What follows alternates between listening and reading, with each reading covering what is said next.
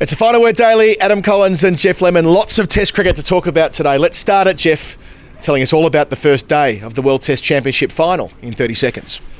In 30 seconds, it was raining, weather, 5 seamers for New Zealand, so they chose to bowl when they won the toss. No surprises there. It didn't go so well for them. Bowled pretty badly in the first hour. Rohit, Sharma and Shubman. Gill put on 62, and then New Zealand clicked. Those 2 wickets fell. Pujara didn't make many, although he was out there for over an hour. Kohli and Rana saw them through to the close, but it was hard work. They put on 58, and in the end, they had to call it off after 64 overs due to bad light. It felt to me, watching from afar, granted I've seen very little of it because I've been at the Women's Test, which we'll come to in just a moment, but a frustrating day with bad light, especially towards the end of play, on, off, that kind of day when, you know, we look around and think there must be a better way of doing this. Yeah, there was certainly towards the end of the day, but the first session and a half was excellent.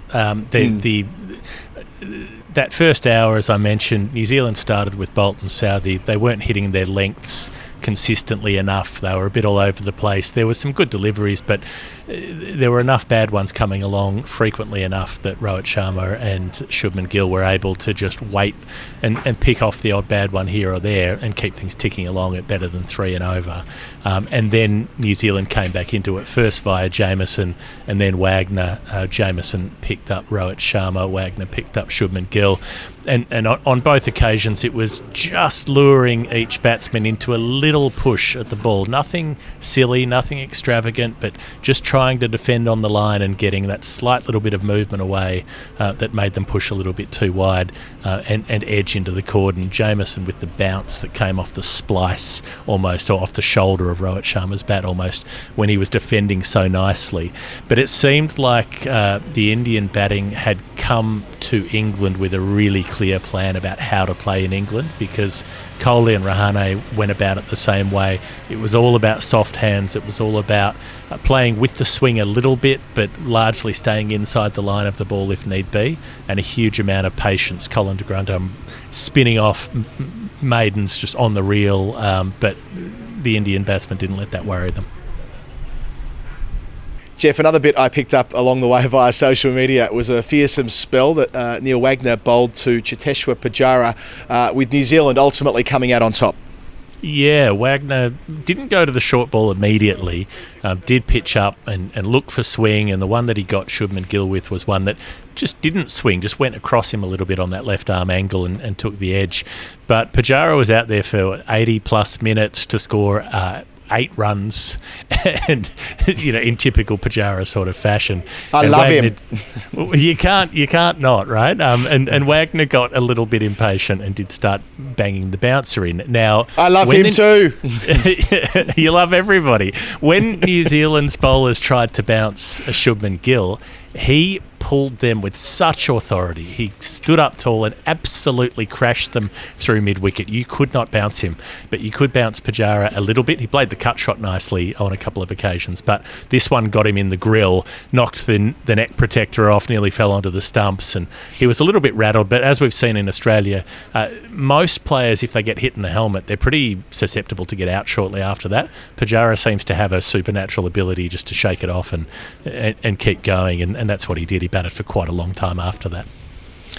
Geoff, we've talked about India's fine batting in very tough conditions at Southampton. Shall we come over to Bristol to talk about a wonderfully resilient effort on the final day of the Women's Test? Absolutely, because that's what I kept flicking over to every time there was a break in the men's game as well, because it was enthralling the way it just tightened and tightened as the game went on. India had that collapse through the middle, and you thought England are going to roll over them here. They might need to chase 40 or 50, but they'll do that with ease. What about my 30-second summary, Geoff? What about my 30-second summary? Sorry. You're depriving me. You're stealing my thunder. Is it okay to go? Yeah, go on. Do it in 30 seconds.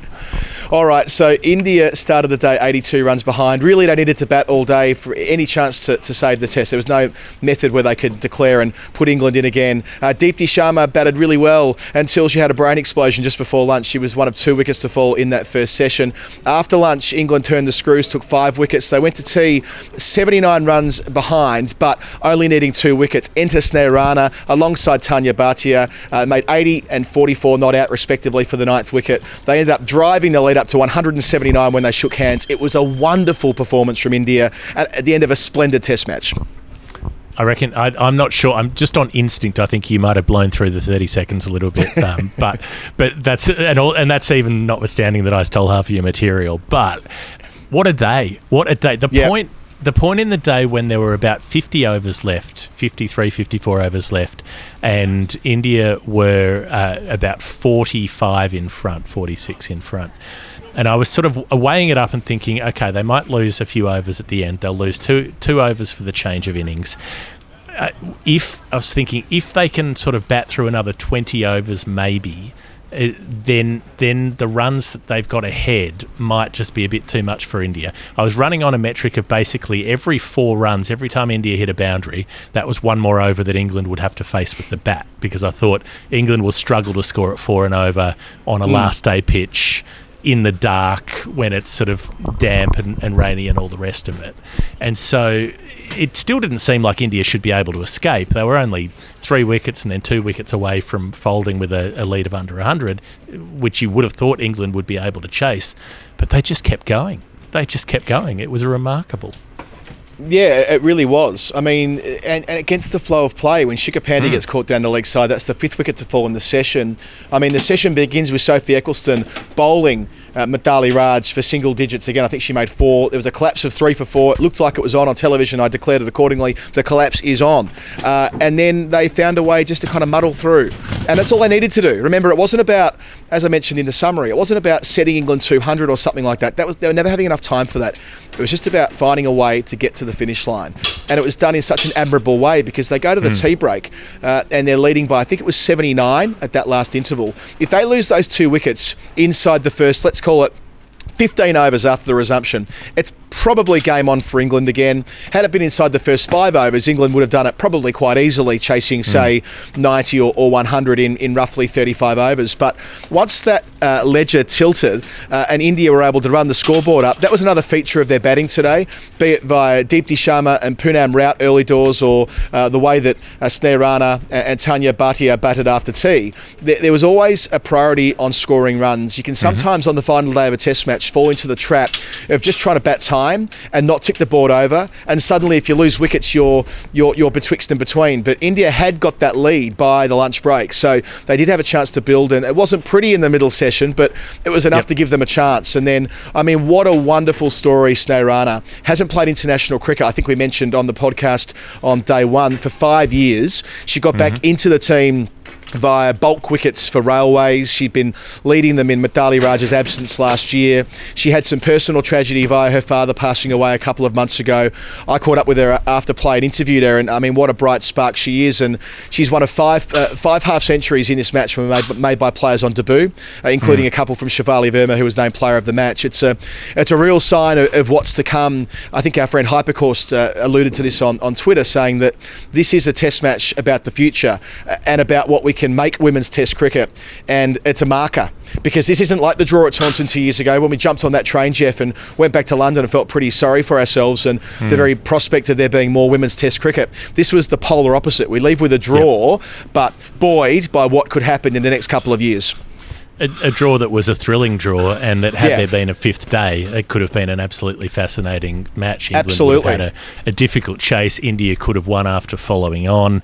And so I think if I look at Sneh Rana first of all, this was her highest batting score in any professional cricket that she's played. She went past it.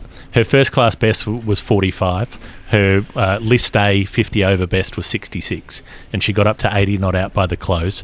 Could have had a ton if they'd kept on batting. I'm not sure.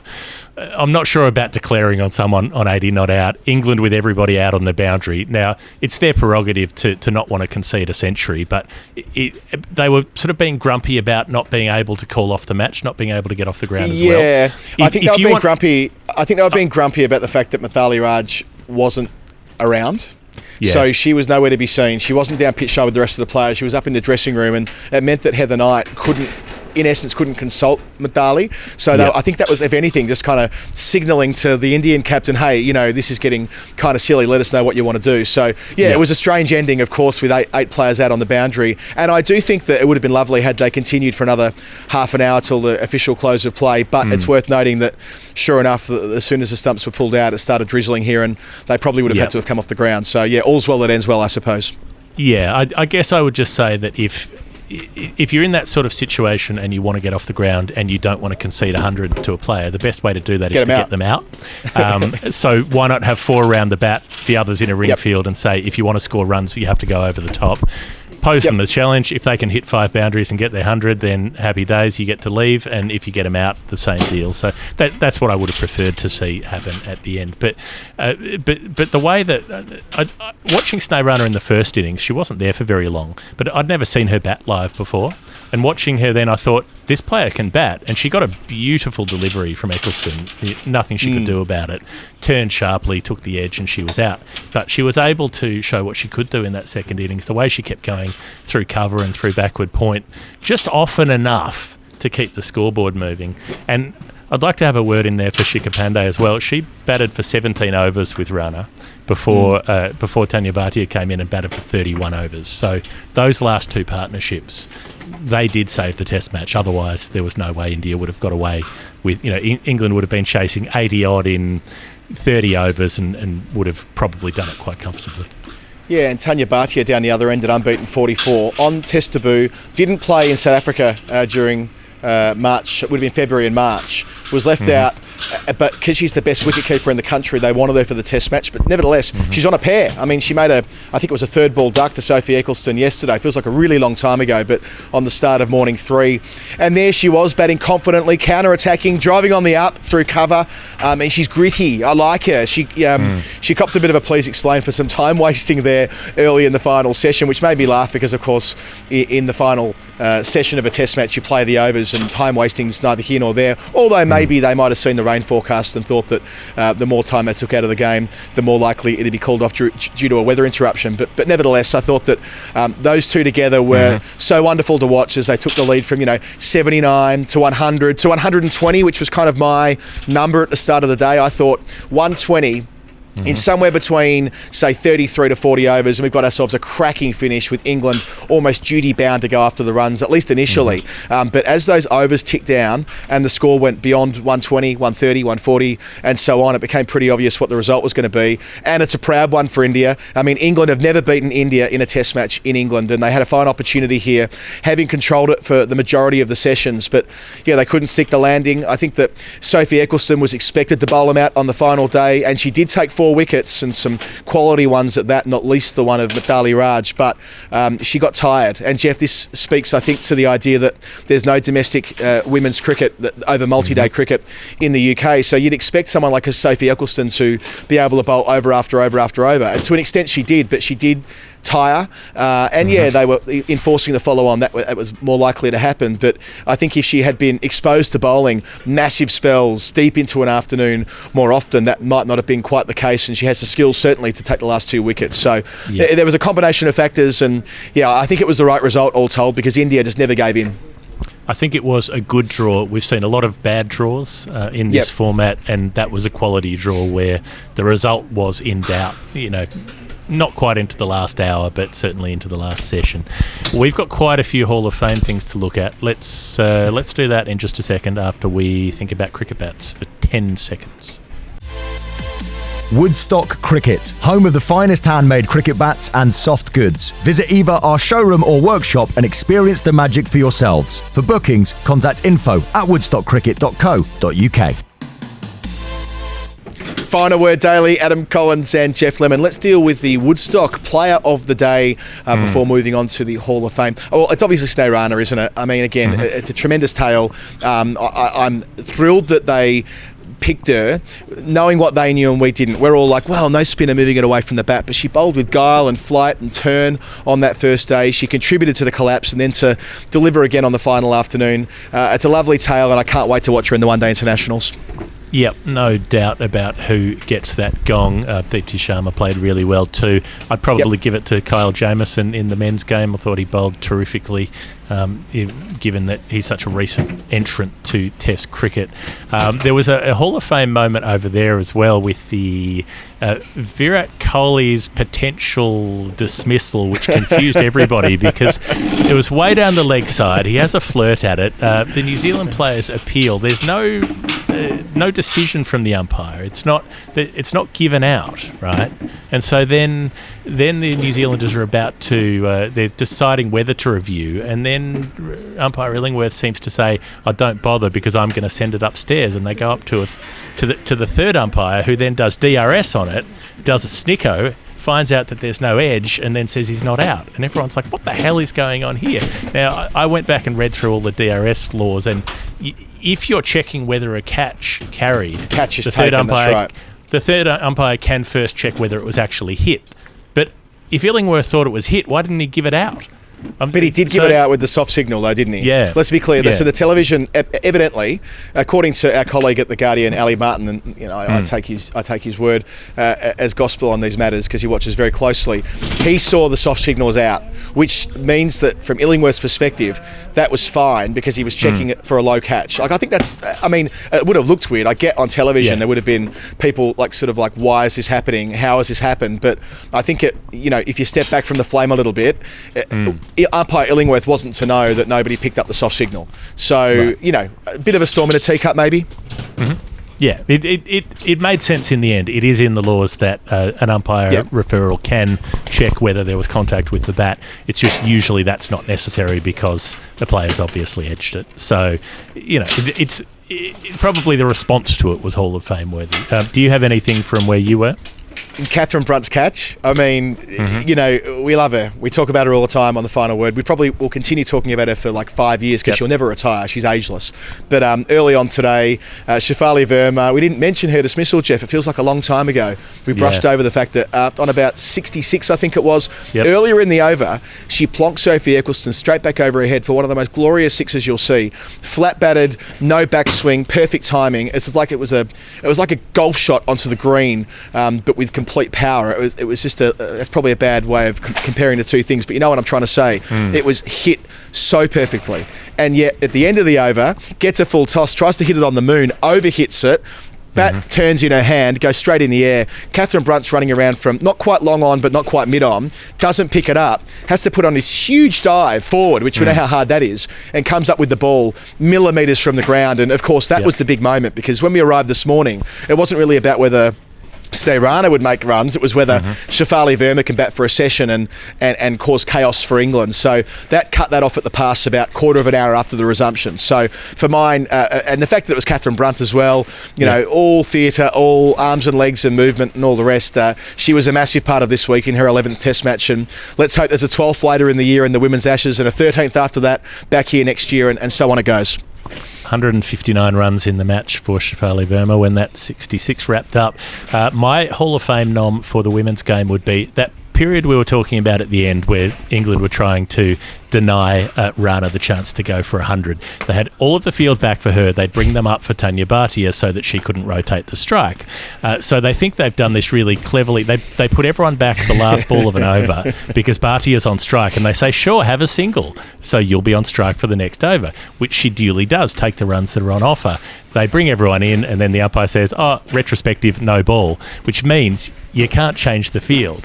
So their field, they couldn't put sort of 8 on the fence as they'd had earlier for Rana, and Rana got to face with the leg side field up, charges down the pitch and just flogs Georgia Elwitz over square leg for 4. And sadly, that was her last shot because it got called off after that. But I loved the way it was undone by the no ball. Yeah, there was one extra part to that. You may not have picked it up on the broadcast. I think we're on a break. The ball ended up in the grandstand, like over the rope and in the seats after it bounced and jumped over. So it was like salt in the wounds after that whole episode played out, that they had to go and get the ball and all the annoyance of that with no fans at that side of the ground. So I think that's quite worthy. And yeah, just a final point that Shafali Verma, player of the match, when we were talking about it off air, because obviously you decide who the player of the match is going to be when you're doing the broadcast. We're like, well, I mean, if Sophie Eccleston takes 10 wickets, then and England win, it's obviously Sophie Eccleston. But the sooner the closer and closer it got to a draw, there was only one choice. And what a popular winner she was when she went and did her interview pitch side, the huge smile on her face, obviously frustrated at not posting a century and the way she fell today and the way she fell in the first innings for that matter, but that's just the way she plays her cricket. And, I already mentioned that I can't wait for the one-day internationals as far as Sneh Rana is concerned. I mean, I can't wait for the next 15 years as far as Shafali Verma is, because, she's a very gifted cricketer, and we're going to be riding the wave with her all the way. We will also be back for 4 more days of the daily as the World Test Championship final unfolds. Hopefully there's more cricket than rain, so stay tuned to the channel. Thanks to everyone for subscribing, listening, sharing, and all of those good things. Last comment. Sorry, a final thank you as we sign off. Thank you to all of the Final Word community that came up to me this week at Bristol. Beautiful, lovely and overwhelming that so many people from the women's cricket community who are here watching engage with what we do and think that we make a contribution to that's worthwhile. So if you come up to me during the week, thank you. I appreciate it very much, and I'm sure Geoff does as well. I do. We will see you tomorrow. Bye.